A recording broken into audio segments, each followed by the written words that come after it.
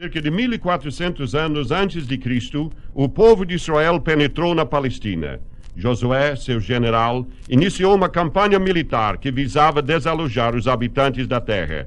Uma das batalhas deu-se no vale de Ajalon e nos altos de Bet-Horon, ao noroeste de Jerusalém. A batalha foi travada contra os exércitos de 5 reis cananeus. Em razão do sensualismo desenfreado, o homossexualismo abertamente praticado, a feitiçaria, a invocação dos mortos e demais cultos diabólicos em Canaã, Deus usaria Josué como instrumento de juízo contra essas impiedades ali reinantes. Na dura peleja nas escarpas da divisa montanhosa, os cananeus já fugiam morro abaixo diante de Israel, quando aconteceu um grande milagre. Deus fez cair sobre os inimigos grandes pedras de gelo de até 1 quilo. Morreu maior número pelas pedras do que pela espada.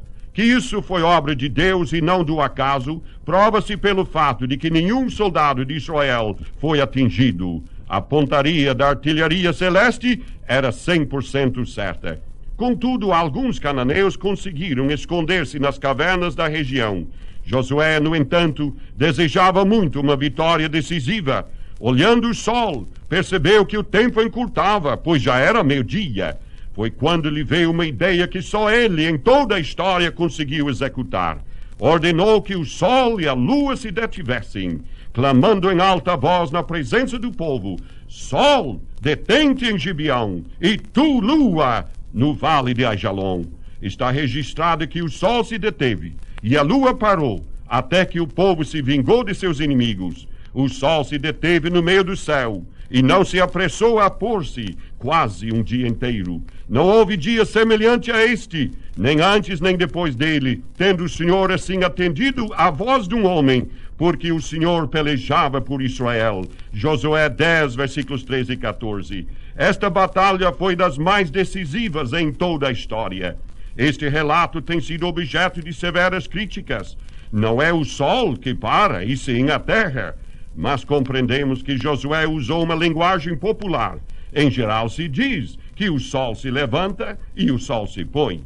De qualquer maneira, Deus dificilmente daria uma aula de geofísica a um general em pleno campo de batalha.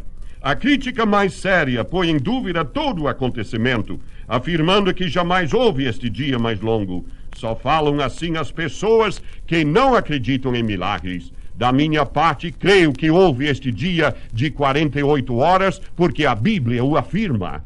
Mas também podemos citar expressivas provas históricas dos anais de diversos povos da antiguidade. Heródoto, grego e pai da história, 400 anos antes de Cristo, relatou que os sacerdotes do Antigo Egito mostraram-lhe um registro antiquíssimo referente a um dia mais longo que os demais. Nos antigos escritos da China, também consta que houve um dia mais longo durante o reinado do imperador Yeo, que era contemporâneo de Josué. E no México foi encontrado semelhante registro de o sol haver parado por um dia inteiro, no ano dos 7 coelhos, também coincidente com a data de Josué.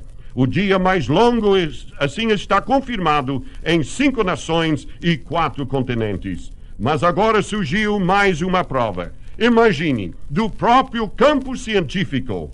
Em Greenbelt, estado de Maryland, na outra América, existe um centro de pesquisas científicas vinculado aos programas de exploração espacial.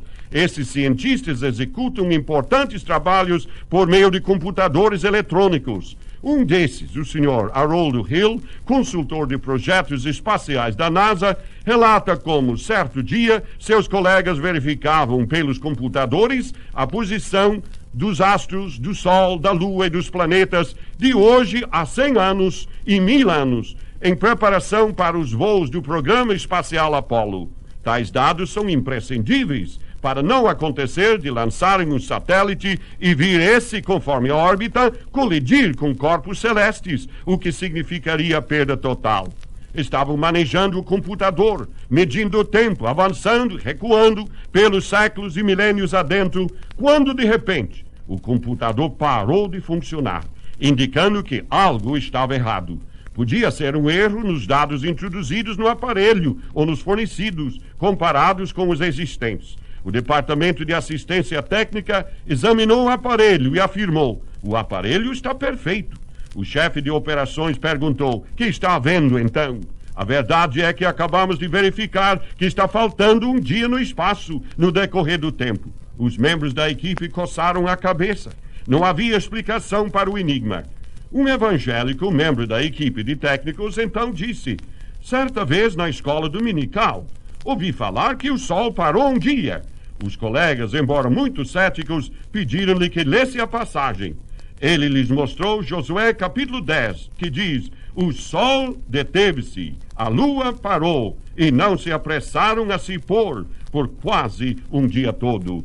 É esse dia que está faltando, disseram os técnicos espaciais. Fizeram os computadores recuar até o tempo de Josué, 1400 anos antes de Cristo, e acharam que esse tempo perdido aproximava-se de um dia, mas não era um dia completo. Eram 23 horas e 20 minutos. Ora, isto não perfazia um dia completo. Examinando novamente o texto bíblico, descobriram que a Bíblia dizia: quase um dia. A Bíblia estava certa. A dificuldade, porém, persistia, porque um problema de 40 minutos não solucionado hoje continuará sempre o mesmo daqui a 1000 anos. Esses 40 minutos tinham que ser encontrados, pois podem multiplicar-se muitas vezes numa órbita espacial. Então este técnico crente lembrou-se ainda que algures na Bíblia dizia que o sol certa vez recuara, e mostrou aos colegas a passagem em 2 Reis 20, versículos 9 a 11, como o rei Ezequias, estando para morrer, foi visitado pelo profeta Isaías, o qual afirmou-lhe que não morreria. Ezequias pediu um sinal como prova. O profeta disse-lhe: queres que o sol adiante 10 graus?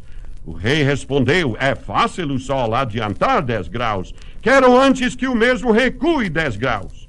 Isaías falou com Deus, e Deus fez a sombra recuar 10 graus no relógio de sol usado naquele tempo. Os cientistas assim encontraram a solução do problema, pois 10 graus correspondem exatamente a 40 minutos. 23 horas e 20 minutos no livro de Josué, somados aos 40 minutos em 2 Reis, perfazem as 24 horas que os astronautas tiveram que lançar em seus registros de bordo como dia perdido. Acho isto muito maravilhoso. Deus sabe como chamar a atenção do homem para que este considere as suas verdades. A mensagem de Deus para o teu coração, amado ouvinte, é esta: que ele domina as forças do universo. Para ele, alongar o dia é coisa muito simples. A coisa maior que Deus fez aconteceu durante a batalha travada no Calvário, onde Jesus venceu Satanás e seu reino. Esta vitória significa a plena libertação dos teus pecados e a paz em tua alma. Portanto, aceita a Cristo hoje como teu Salvador, rogando-lhe o perdão dos teus pecados. Jesus te receberá. Oremos. Amado Deus, damos-te graças por esta tão grande vitória em Cristo, o nosso Redentor. Que todo ouvinte o aceite hoje como Salvador, crendo em suas promessas e recebendo a vida eterna. Amém.